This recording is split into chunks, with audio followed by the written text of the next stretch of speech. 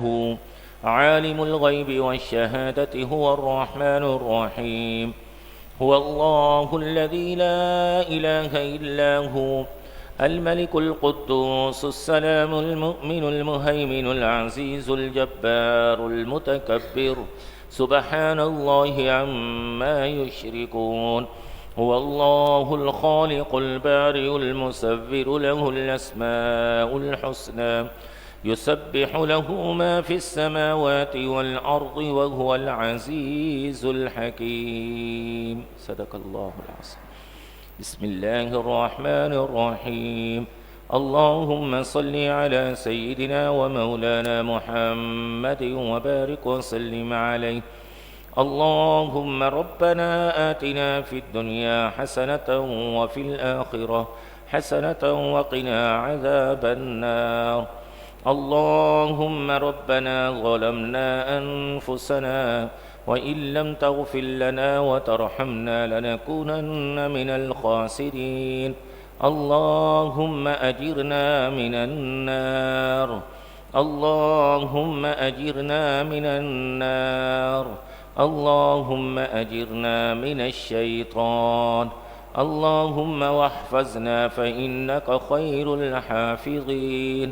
اللهم واهدنا ونجنا من القوم الظالمين. اللهم اهدنا الصراط المستقيم. إن الله وملائكته يصلون على النبي يا أيها الذين آمنوا صلوا عليه وسلموا تسليما. صلى الله على النبي الأمي وآله صلى الله عليه وسلم صلاة وسلاما عليك يا سيدي يا رسول الله. سبحان ربك رب العزة عما يصفون وسلام على المرسلين والحمد لله رب العالمين. لا إله إلا الله محمد رسول الله.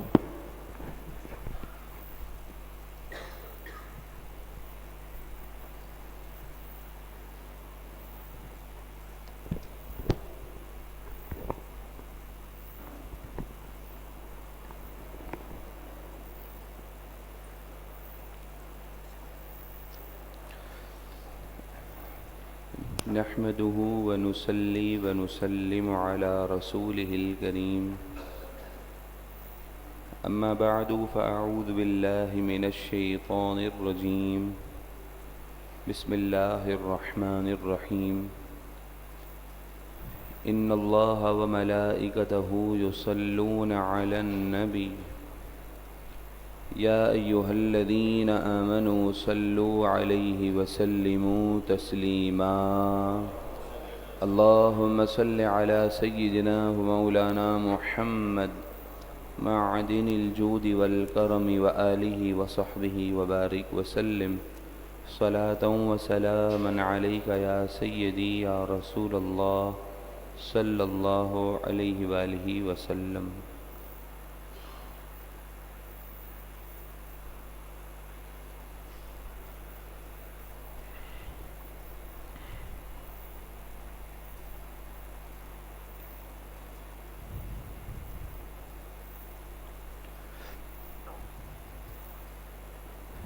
انشاءاللہ تبارک و تعالی آج کے درس قرآن پاک کا آغاز سورہ بقرہ کے 27ویں رکوع سے ہوا چاہتا ہے. خالق کائنات ارشاد فرماتا ہے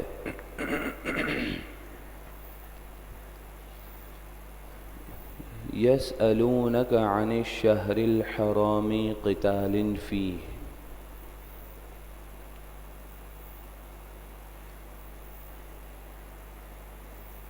وہ سوال کرتے ہیں، یسألون وہ سوال کرتے ہیں کا آپ سے، یعنی اے محبوب علیہ الصلاۃ والسلام آپ سے، کس چیز کے بارے میں؟ حرمت والے مہینے ماہ رجب، ماہ ذی القعد، ماہ ذی الحجہ اور رجب شریف کا مہینہ، ان حرمت والے مہینوں میں جہاد کرنے کا کیا حکم ہے؟ کہ آیا اس میں جہاد کرنے کی اجازت ہے یا نہیں ہے؟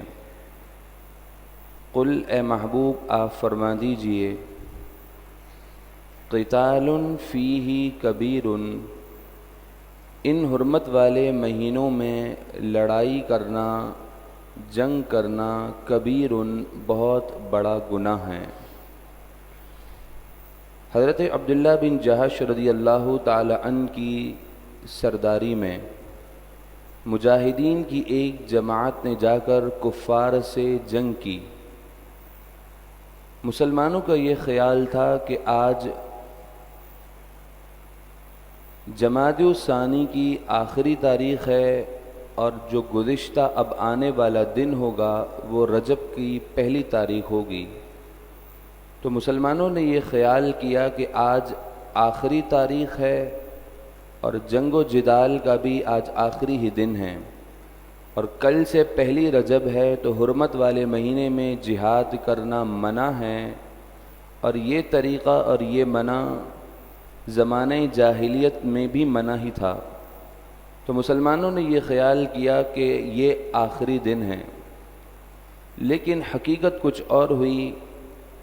جمادی الثانی کا چاند 29 کا ہو گیا اور مسلمانوں نے پہلی رجب کو بھی جنگ کر لی، اور انہیں علم نہیں تھا کہ چاند جمادی الثانی کا 29 کا ہو چکا ہے اور پہلی رجب کو بھی انہوں نے جنگ کی ہے۔ پریشان ہوئے۔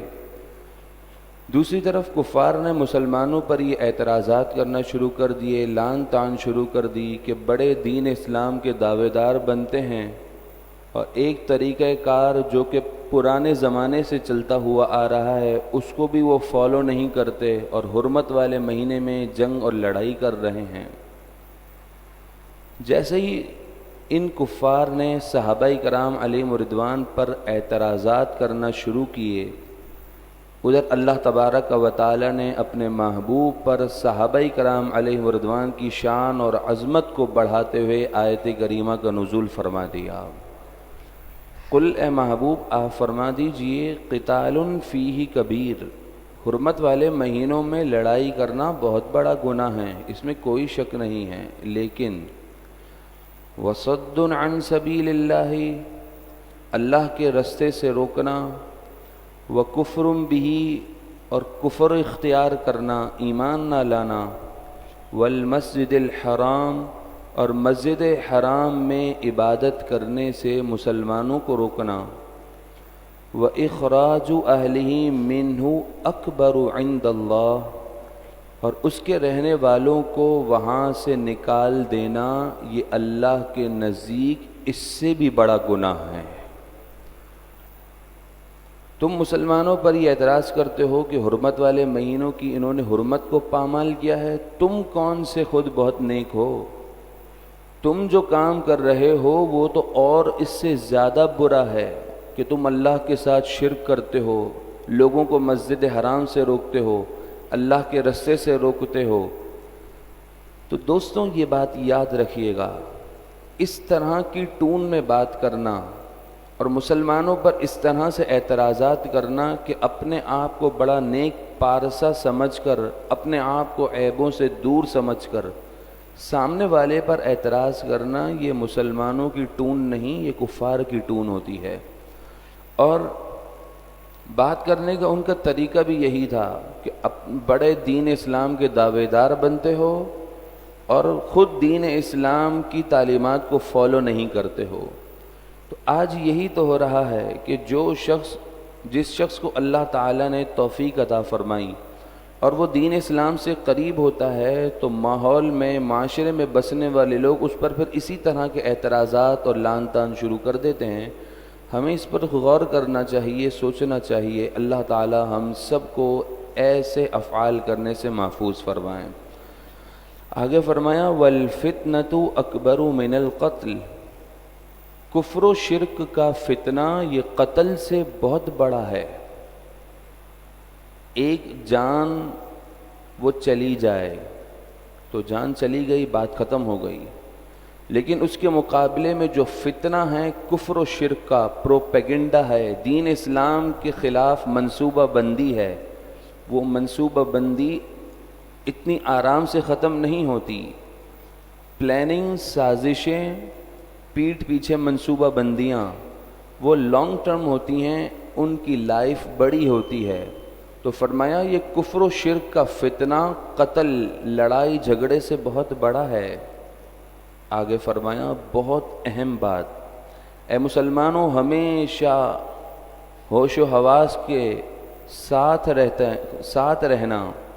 وَلَا يَزَالُونَ يُقَاتِلُونَكُمْ، اے مسلمانوں یہ کافر تم سے ہمیشہ لڑتے رہیں گے۔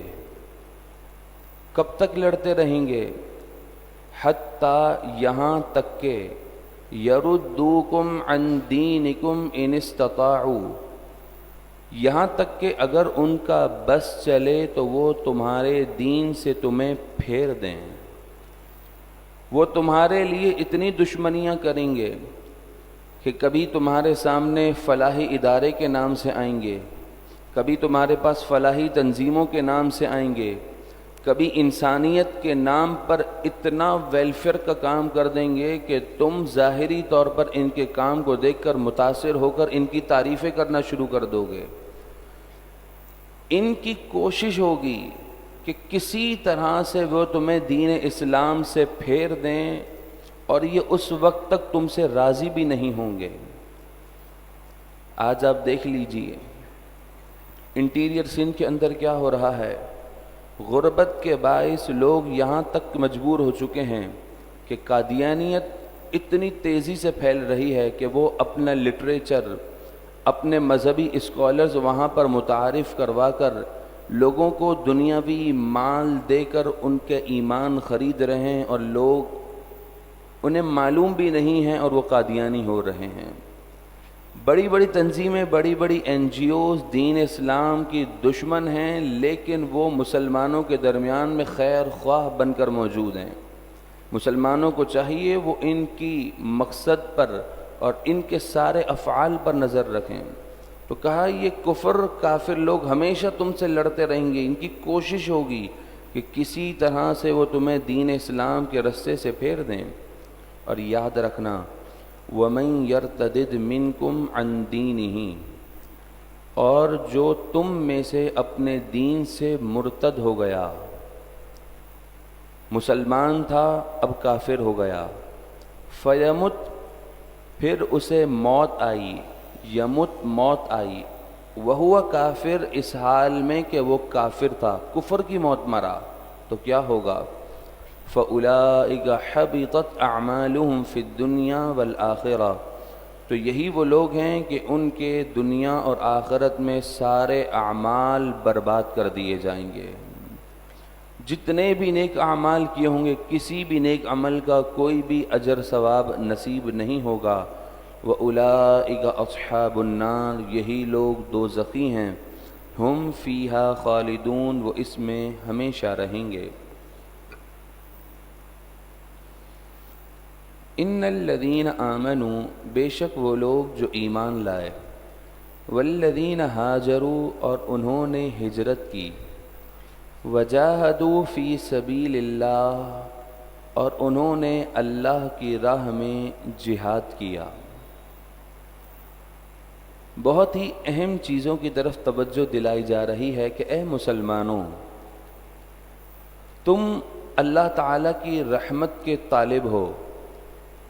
ہر دعا میں یہ عرض کرتے ہیں مالک اپنی رحمت سے خاص ہم پر نظر فرما، تو قرآن فرماتا ہے اس رحمت سے جو خاص توجہ طلب کرتے ہو پہلے ان کاموں پر عمل بھی تو کرو۔ فرمایا 3 چیزیں ہیں، پہلے ہی ایمان لانا، پھر اللہ کی راہ میں ہجرت کرنا، اور تیسری چیز ہے راہ خدا میں جہاد کرنا۔ راہ خدا میں جو مجاہد جہاد کرتا ہے، قرآن نے آگے فرمایا اولئک، یہی وہ جو لوگ ہیں کہ جو ایمان لائے، ہجرت کی اور اللہ کی راہ میں جہاد کیا، یہ عظیم وہ لوگ ہیں، یرجون رحمت اللہ، یہ اللہ کی رحمت کے اصل امیدوار ہیں۔ اصل اللہ تبارک و تعالیٰ کی رحمت انہی کی طرف متوجہ ہوتی ہے۔ واللہ غفور الرحیم، اور اللہ نہایت بخشنے والا مہربان ہیں۔ اللہ کی رحمت کے امیدوار ہیں۔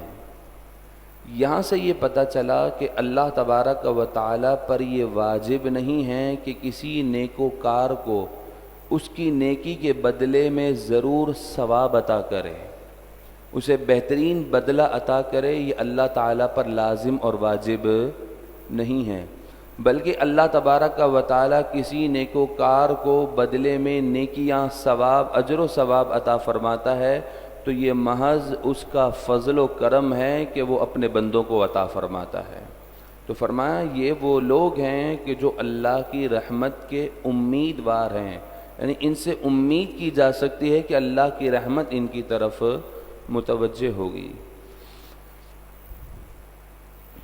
آگے ارشاد فرمایا یسألونک عن الخمر والمیسر،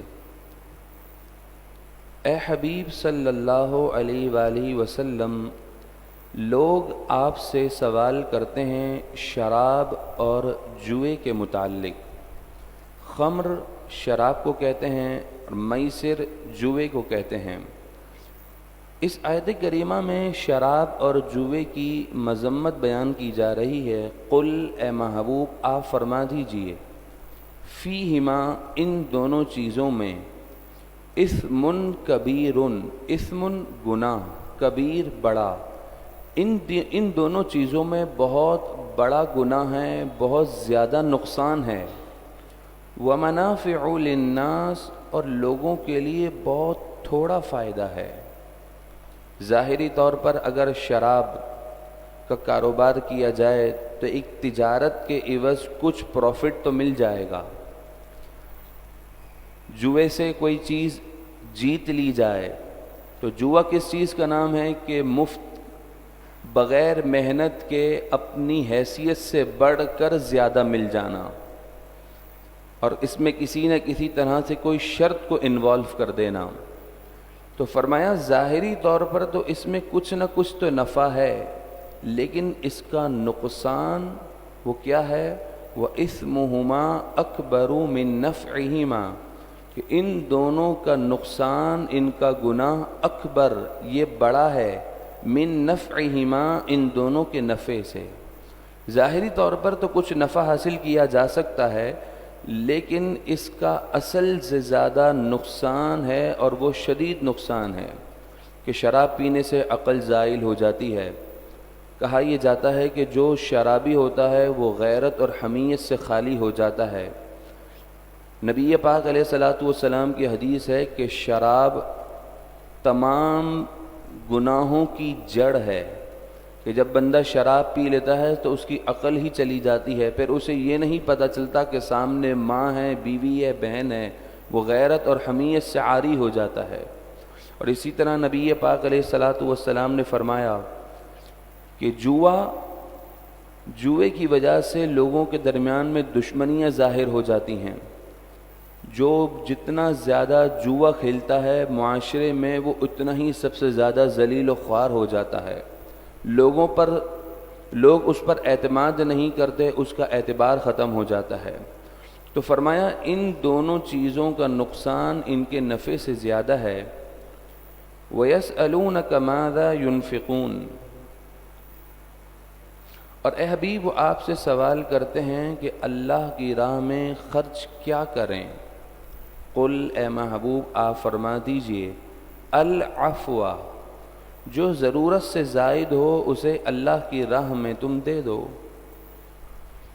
صحابہ کرام علیہم رضوان سے جب اس چیز کا خطاب ہوا کہ جو ضرورت سے زائد ہو، تو صحابہ کرام علیہم رضوان نے اپنی ضروریات سے بڑھ کر جو بھی ان کے پاس اضافی مال تھا اسے اللہ کی راہ میں دے دیا۔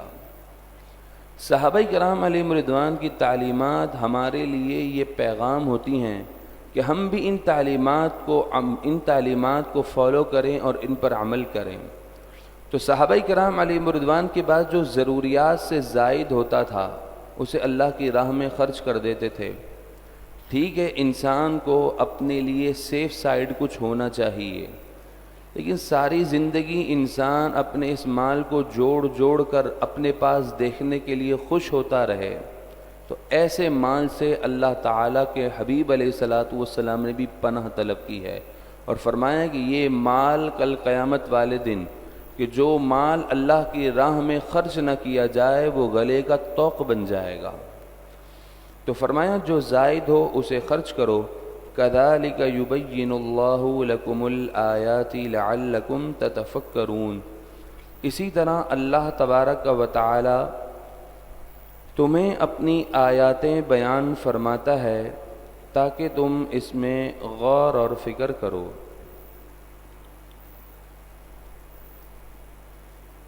حضرت جبرائیل امین نے نبی پاک علیہ الصلاۃ والسلام کی بارگاہ میں عرض کیا کہ اللہ تعالیٰ کو حضرت جعفر طیار کی 4 خصلتیں بڑی پسند ہیں۔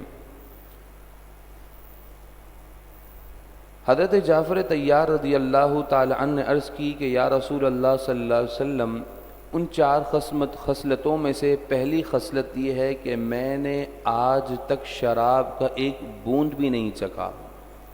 زمانہ جاہلیت ہو یا زمانہ اسلام ہو، میں نے کسی بھی زمانے کے اندر شراب کی ایک بوند بھی نہیں چکھی، کیونکہ مجھے اس چیز کا علم تھا کہ شراب عقل کو زائل کر دیتی ہے۔ پھر آپ فرماتے ہیں کہ میں نے کسی بھی زمانے کے اندر جھوٹے خداؤں کے آگے سر جھکایا ہی نہیں ہے۔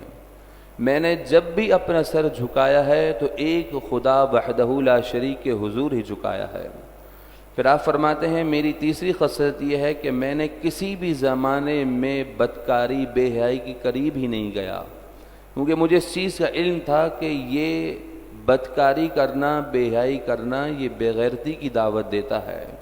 پھر آپ فرماتے ہیں چوتھی خصلت یہ تھی کہ میں نے کبھی زندگی میں جھوٹ ہی نہیں بولا۔ اللہ اکبر! آج مجھ سمیت کتنی مرتبہ دن میں 24 آورز میں ہمارے منہ سے جھوٹ نکل جائے، ہمیں اس کا معلوم ہی نہیں ہوتا، ہمیں اندازہ بھی نہیں ہے۔ آئیے حضرت جعفر طیار رضی اللہ تعالیٰ عنہ کے واسطے سے دعا کرتے ہیں، مالک ان بزرگان دین کو، ان ہستیوں کو جو تو نے نیک خصلتیں عطا فرمائیں، ان سے ہمیں بھی حصہ عطا فرما، اور یہ 4 خصلتوں سے ہمیں خاص الخاص حصہ نصیب فرما۔ آمین آمین ثم آمین۔ تو فرمایا اسی طرح اللہ تبارک و تعالیٰ تمہارے لیے اپنی آیات بیان کرتا ہے لعلکم تتفکرون، تاکہ تم اس میں غور اور فکر کرو۔ تتفکرون، فکر، غور و فکر کرو۔ فی الدنیا والآخرہ، کس چیز میں غور و فکر کرو؟ اللہ کی نشانیوں میں غور و فکر کرو۔ اللہ کی نشانیوں میں سے ایک نشانیاں دنیا اور آخرت ہے۔ تو فرمایا فی الدنیا والآخرہ، دنیا میں غور کرو اور آخرت کے معاملے میں غور کرو، کہ جب بندہ دنیا کے معاملے میں غور کرتا ہے تو ایک لمحے کے لیے اس کا ذہن معاف ہو جاتا ہے، وہ سر پکڑ کر بیٹھ جاتا ہے کہ خالق کائنات نے اتنی بڑی دنیا بنائی ہے، اس طرح اتنی بہترین سسٹم کے ساتھ پوری دنیا کا نظام چل رہا ہے۔ بندہ چند ہی لمحے اگر اس بارے میں غور کرے تو اسے اللہ تبارک و تعالیٰ کی وحدانیت پر ایمان نصیب ہو جاتا ہے۔ تو فرمایا دنیا اور آخرت یہ وہ 2 چیزیں ہیں کہ ان میں غور اور فکر کرنا بنتا ہے۔ وَيَسْأَلُونَكَ عَنِ الْيَتَامَى، اور اے حبیب صلی اللہ علیہ وآلہ وسلم، لوگ آپ سے یتیموں کے بارے میں سوال کرتے ہیں، مسئلہ پوچھتے ہیں۔ قل، اے محبوب آپ فرما دیجئے، اصلاح لہم خیر، اصلاح لہم، ان کے لیے، خیر، بہتر ہے، ان کا بھلا کرنا، ان کے ساتھ ہمدردی رکھنا، ان کے ساتھ خیر خواہی کے جذبات رکھنا، اے مسلمانوں یہ تمہارے لیے بہتر ہیں۔ نبی پاک علیہ الصلاۃ والسلام آپ نے یتیموں کے متعلق اور ان کے سرپرستی کرنے والوں کے متعلق کئی احادیث، کئی فرمان آپ علیہ الصلاۃ والسلام سے ثابت ہیں۔ نبی پاک علیہ الصلاۃ والسلام نے ارشاد فرمایا کہ جو یتیم کے سر پر ہاتھ رکھتا ہے اور اس کی بہترین طریقے سے دیکھ بھال، اس کا خیال رکھتا ہے، اس کے لیے ہمدردی اختیار کرتا ہے، تو آپ علیہ الصلاۃ والسلام کے فرمان کا مفہوم یہ ہے کہ حضور نے فرمایا کہ کل قیامت والے دن میں اور یتیم کے ساتھ ہمدردی کرنے والا، آپ نے اپنی ان دونوں انگلیوں کو اس طرح سے برابر کر کے فرمایا کہ میں اور وہ یتیم کی سرپرستی کرنے والا جنت میں اتنا قریب ہوں گے۔ نبی پاک علیہ الصلاۃ والسلام کی تعلیمات اور خاص کر دین اسلام یہ اتنا پیارا مذہب ہے جو انڈیویجول، انفرادی طور پر ہر ایک شخص کے حقوق کے بارے میں کلام فرماتا ہے۔ تو فرمایا ان یتیموں کے ساتھ خیر خواہی رکھنا اے مسلمانوں، یہ تمہارے لیے خوب بہتر ہے۔ وَإِن تُخَالِطُوهُمْ فَإِخْوَانُكُمْ، یتیموں کے متعلق حکم نازل ہوا کہ مسلمانوں کو چاہیے کہ وہ یتیموں کے مالوں کو بڑی حفاظت سے رکھیں اور اپنے مال کو ان کے ساتھ نہ ملائیں۔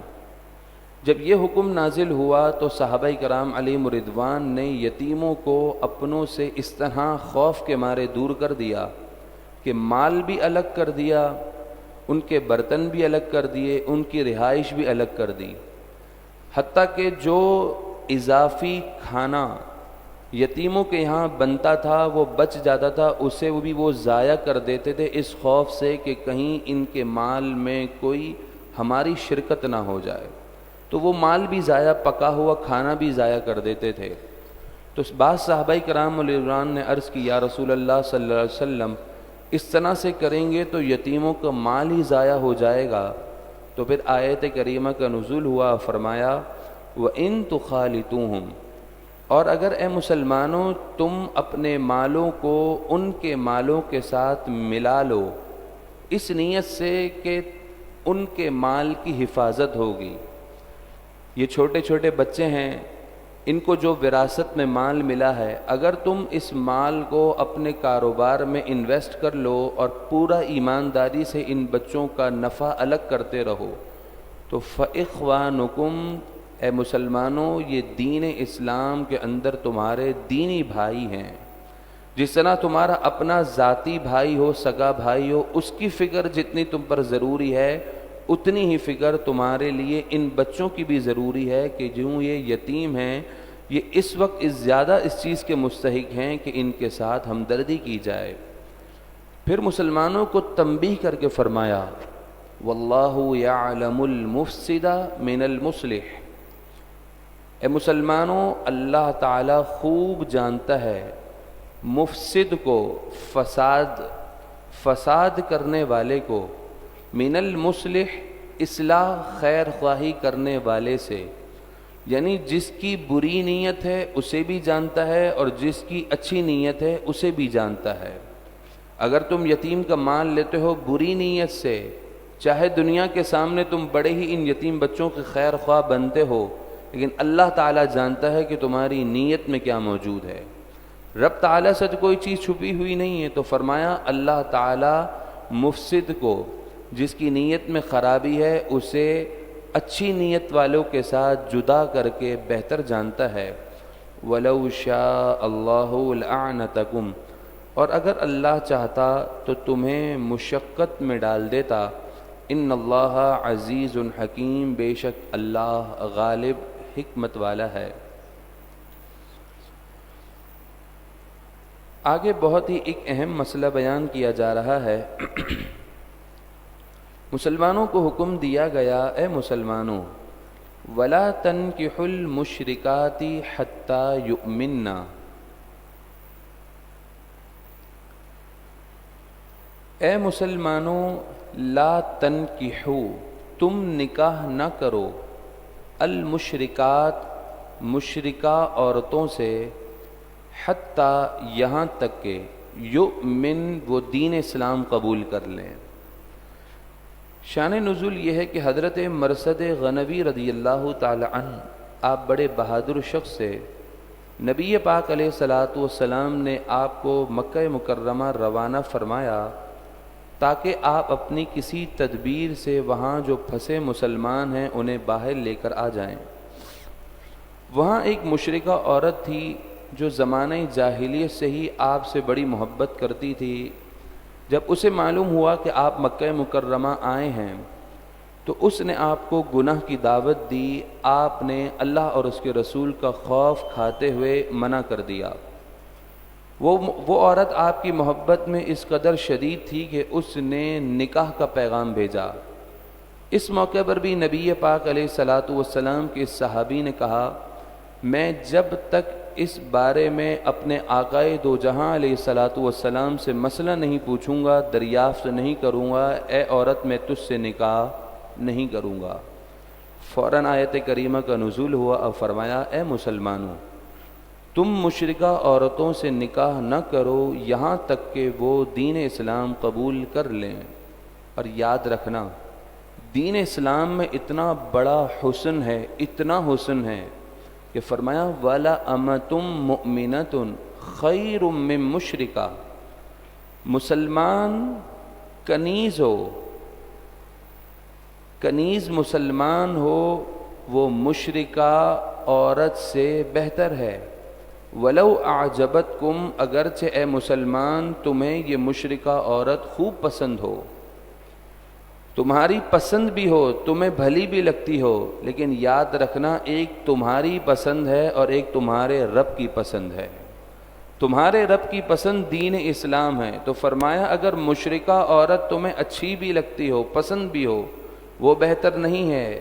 اس کے مقابلے میں مسلمان کنیز بھی ہو تو فرمایا اے مسلمانوں، مسلمان کنیز یہ تمہارے لیے بہتر ہے۔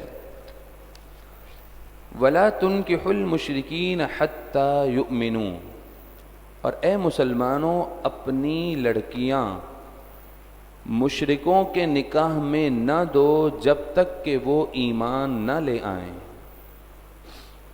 آج رشتوں کے معاملات میں سب سے پہلے اس معاشرے میں کیا دیکھا جاتا ہے؟ لڑکا کماتا کیا ہے، لڑکے کی تعلیم کیا ہے، اس کا فیملی بیک گراؤنڈ کیسا ہے، کتنا مال و دولت والا ہے، اس کی اپنی جائیداد پراپرٹیاں کتنی ہیں، کون دین اسلام کو پریفر کرتا ہے۔ حالانکہ قرآن مجید فرقان حمید کی بیسک تعلیمات کے اندر کہیں یہ موجود نہیں ہے کہ رشتے کے وقت مال و دولت، عزت و شہرت، عالی حسب و نسب کو دیکھنا ہے۔ فرمایا اے مسلمانوں جب اپنی بچیوں کا بھی نکاح کرنے کے لیے نکلو تو سب سے پہلے دین اسلام کو فوقیت دو، کہ ایسا لڑکا ہونا چاہیے جو دین اسلام نبی پاک علیہ الصلاۃ والسلام کے لائے ہوئے دین پر اعتماد رکھتا ہو اور اس کا کامل یقین ہو۔ لیکن کون اس دور میں دیکھتا ہے؟ سنی گھرانے کی لڑکیاں بدعقیدہ خاندانوں میں چلی جاتی ہیں، تو بدعقیدگی تو ایک ایسا وائرس ہے، ایک ایسا زہر آلود ہے کہ وہ بدعقیدہ ہونے کی وجہ سے پوری کی پوری نسل تباہ و برباد ہو جاتی ہے۔ پھر لوگ کہتے ہیں فرقے بن گئے ہیں، تو بھائی آپ نے اپنی ہی بیٹی وہاں دے کر پوری نسل برباد کی ہے، تو اب ظاہر سی بات ہے ایک بیٹا کسی دوسری چیز کو فالو کرے گا، دوسرا کسی اور چیز کو فالو کرے گا۔ تو فرقے بنانے کے لیے کام تو ہم نے کیے ہیں اور ہم نے دین اسلام کو اس سلسلے میں بلیم کر دیا ہے۔ اور لوگ فرقوں کے متعلق ایسا نظریہ رکھتے ہیں کہ جیسے فرقے کوئی بہت ہی عجیب چیز ہے اور بہت معیوب چیز ہے۔ کوئی معیوب چیز نہیں ہے۔ ہمارے پیارے نبی پاک علیہ الصلاۃ والسلام کی حدیث پاک میں موجود ہے کہ میری امت میں 73 فرقے ہوں گے، خود حضور فرما رہے ہیں، تو فرقے تو ہونے ہی ہیں جب حضور نے فرما دیا، تو یہ کوئی معیوب نہیں ہے۔ معیوب یہ ہے کہ حضور علیہ الصلاۃ والسلام نے جن فرقوں کو جہنمی فرقہ قرار دیا، بندے کا شمار اس میں ہو جائے تو یہ سب سے بڑا عیب ہے اور یہ معیوب چیز ہے۔ تو فرمایا اے مسلمانوں اپنی لڑکیاں مشرکین کے نکاح میں نہ دو جب تک کہ وہ ایمان نہ لے آئیں۔ آج کیا ہو رہا ہے؟ کالجز، یونیورسٹیز کے اندر کو ایجوکیشن کی وجہ سے دوستیاں قائم ہوئیں، پھر یہی دوستیاں آگے چل کر نکاح میں تو بند گئیں، لیکن دوستی کو فوقیت دی گئی، یہ نہیں پتہ چلا کہ ان دونوں کا آپس میں مذہبی لحاظ سے کون سا ریلیشن ہے۔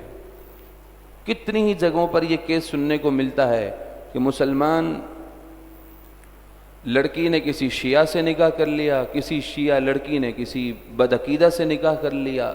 یہ وہ ساری خرابیاں ہیں جن کی وجہ سے معاشرے میں آج بہت زیادہ محرومیاں پیدا ہو رہی ہیں، بہت زیادہ تباہی اور بربادی پھیل رہی ہے۔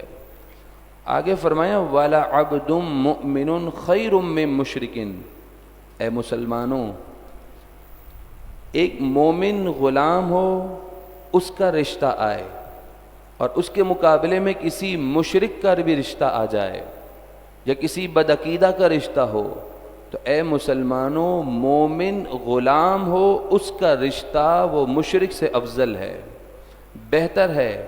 تم اس چیز کو فوقیت دو کہ ہم نے اپنی بیٹی کے رشتے نبھانے میں دین اسلام کو فوقیت دینی ہے۔ وَلَوْ أَعْجَبَكُمْ، اگرچہ تمہیں مشرک مرد خوب پسند آئے، خوب مال و دولت والا ہو، مال و دولت کا کیا کرنا ہے؟ أُولَئِكَ يَدْعُونَ إِلَى النَّارِ،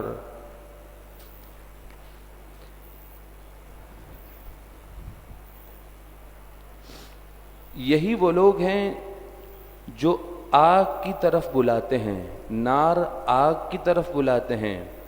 واللہ یدعو الی الجنۃ والمغفرۃ بإذنہ، اور اللہ تعالیٰ اپنے حکم سے جنت اور مغفرت کی طرف بلاتا ہے۔ اللہ تبارک و تعالیٰ اپنے ماننے والوں کو جنت اور مغفرت کی طرف بلا رہا ہے اور شیطان آگ کی طرف بلا رہا ہے۔ اب ایک مسلمان پر یہ بات چھوڑ دی گئی ہے کہ وہ کس رستے کو اختیار کرتا ہے۔ وَيُبَيِّنُ آيَاتِهِ لِلنَّاسِ لَعَلَّهُمْ يَتَذَكَّرُونَ، اور وہ رب اپنی آیات لوگوں کے لیے بیان فرماتا ہے تاکہ لوگ نصیحت قبول کریں۔ اللہ تبارک و تعالی ہم تمام کو آج کے درس قرآن سے خوب نصیحت پر عمل کرنے کی توفیق نصیب فرمائیں۔ الحمدللہ رب العالمین والصلاة والسلام علی اشرف الانبیاء والمرسلین۔ اے رب کریم، اے مالک و مولا، اے پروردگار، ہماری حاضری کو اپنی بارگاہ میں قبول اور منظور فرما۔ اے مالک و مولا، اے پروردگار، ہم تمام کی تمام پریشانیوں کو دور فرما۔ اے مالک و مولا، اے پروردگار، جتنے حاضرین موجود ہیں، مرد و خواتین جو انٹرنیٹ پر لائیو سماعت کر رہے ہیں، اے مالک و مولا، سب کی جائز مرادوں کو پورا فرما۔ جو پریشان حال ہیں ان کی پریشانیوں کو دور فرما۔ اے مالک و مولا، سب کی ضرورتوں کو پورا فرما، سب کی جائز تمنائیں، مرادیں، آرزوئیں پوری فرما۔ اے رب کریم، جو بے روزگار ہیں انہیں حلال پاکیزہ برکتوں والی روزی نصیب فرما۔ جو صاحب روزگار ہیں ان کی روزیوں میں برکتیں نصیب فرما۔ اے مالک و مولا، اے پروردگار، جتنے مریض جہاں کہیں بیمار ہیں تمام مریضوں کو مکمل شفا عطا فرما۔ اے مالک و مولا، اے پروردگار، بالخصوص یہاں جتنے بھی لوگ موجود ہیں ان کے گھر والوں میں کوئی بیمار ہو یا ہاسپٹلز میں کوئی بیمار ہو، اے مالک و مولا، حضور جان کائنات علیہ الصلاۃ والسلام کے لعاب مبارک کے صدقے اسی لمحے شفا عطا فرما۔ اے مالک و مولا، ہم تمام کو تمام امراض سے مکمل صحت عطا فرما، ہر قرض سے، ہر مرض سے محفوظ فرما۔ صحت، عافیت، سلامتی دونوں جہاں میں شاندار کامیابی والی، عقائد اور اعمال میں پختگی والی عظیم الشان دنیا و آخرت کی شاندار کامیابی نصیب فرما۔ اے مالک و مولا، اے پروردگار، ہم تمام کی تمام دعائیں، آرزوئیں، التجائیں اپنی بارگاہ میں قبول اور منظور فرما۔ اے مالک و مولا، فلسطین کے مظلوم مسلمانوں کی غیب سے مدد فرما۔ اے مالک و مولا، جن شہداء نے اپنا خون پیش کیا ان کے درجات بلند فرما۔ اے رب، جن کا نقصان ہوا اپنے خزانوں سے سب سے پہلے انہیں عطا فرما۔ اے مالک و مولا، ہمیں بھی جذبہ جہاد، شوق شہادت نصیب فرما۔ اے مالک و مولا، یہود و نصارہ، دین اسلام دشمنوں کی جتنی بھی مصنوعات ہیں ان کا ہمہ وقت بائیکاٹ رکھنے کی توفیق عطا فرما۔ اس سوچ کو بھی ہمیں آگے تعلیم منتقل کرنے کی توفیق عطا فرما۔ اے مالک و اعلی ہماری دعاؤں کو قبول فرما۔ وصلی اللہ تعالی علی خیر خلقہ محمد وعلی آلہ وصحبہ اجمعین برحمتک یا ارحم الراحمین۔ مولاي صل وسلم دائما أبدا على حبيبك خير الخلق كلهم يا ربي بالمصطفى بلغ مقاصدنا واغفر لنا ما مضى يا واسع الكرم مولاي صل وسلم دائما أبدا على حبيبك خير الخلق كلهم وصلى الله تعالى على خير خلقه محمد وعلى آله وأصحابه أجمعين برحمتك يا أرحم الراحمين۔